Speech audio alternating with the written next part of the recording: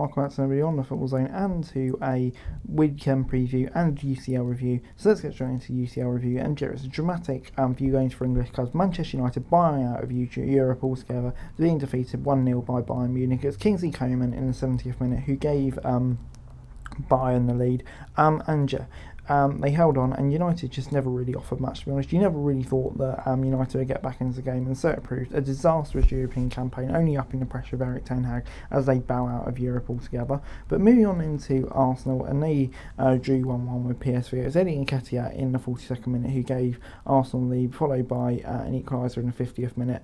But yeah, it was a draw. There wasn't much between the two sides. Arsenal only brought some of the big guns on later on. Both teams made it through, so yeah, they'll be pretty pleased.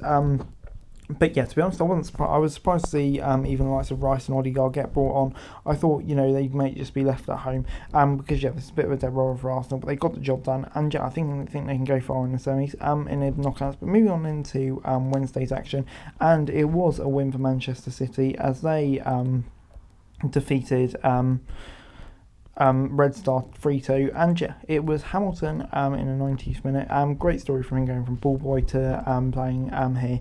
But yeah, it's Bob who made it 2-0 before they pulled one back. Calvin Phillips from the spot made it 3-1. Great to see him on the score sheet. And Red Star got another one back. Being in, it didn't really matter. A young City side, but still enough to get through.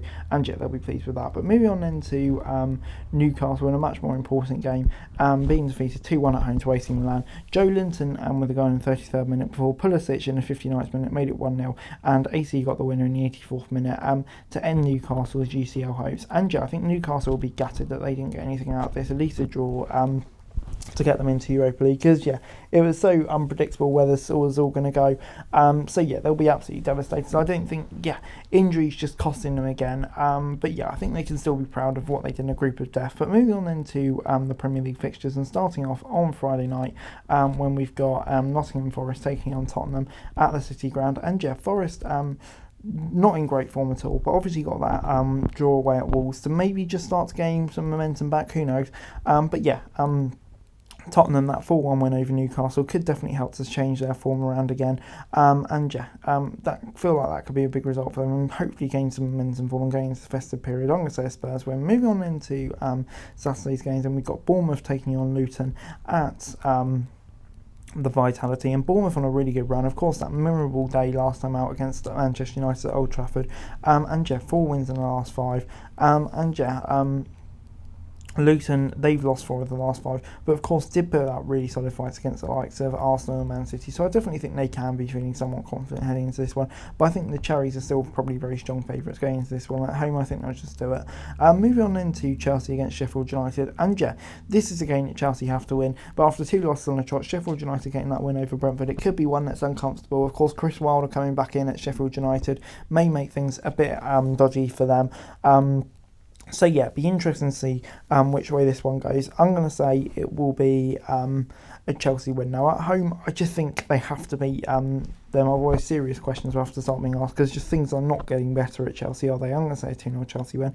Moving on into Man City against Crystal Palace at the Etihad. And Man City obviously not in the best of form at the moment, obviously just scraped past Luton last time out, Palace not on a strong run of form at the moment either. They've lost 4 of the last 5, so I think at home Man City will definitely be expecting to win this one.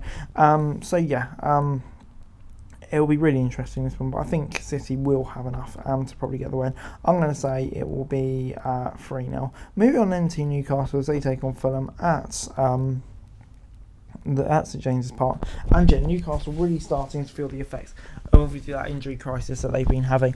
3 losses on the trot, and Fulham obviously in a remarkable form, 2 5-0 wins at home last week. So they'll be coming into this one obviously on a massive high. So I think they'll definitely be feeling optimistic heading into this one. I think Newcastle at home, I think they will bounce back. I think they've got a chance to. I think they will. I'm going to say 2-0. But moving on into the late game on Saturday, the Sean Dyche derby, Burnley taking on Everton. This is an interesting one because Burnley obviously got that really strong point against Brighton.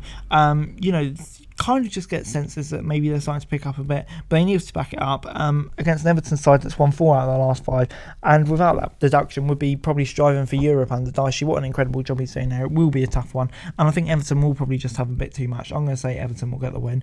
Moving on into Arsenal as they take on Brighton at the Emirates, and yeah, Arsenal coming into this one, obviously off the back of that 1-0 loss to Villa last time out, so they'll obviously be looking to rebound from that.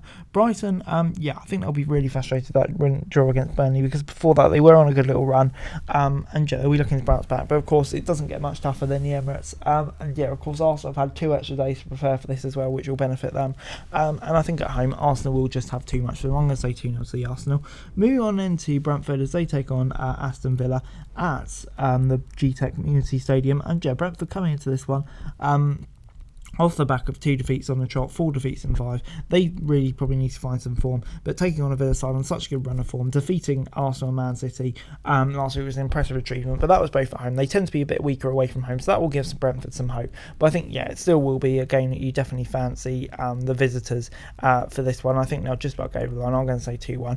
Moving on into West Ham as they take on Wolves at the London Stadium, and yeah, West Ham coming into this one, obviously that 5-0 defeat to Fulham last time out would be such a disappointing result, because they were on a decent run of form before that. Obviously that went away at Tottenham, etc, etc, but yeah, Wolves I think on a pretty solid run as well, so yeah, it's an interesting one. I think both teams will definitely fancy their chances in this one. You can see what Gary O'Neill brings to this team, so yeah, it will be an interesting one. I'm going to say West Ham at home though will get the win.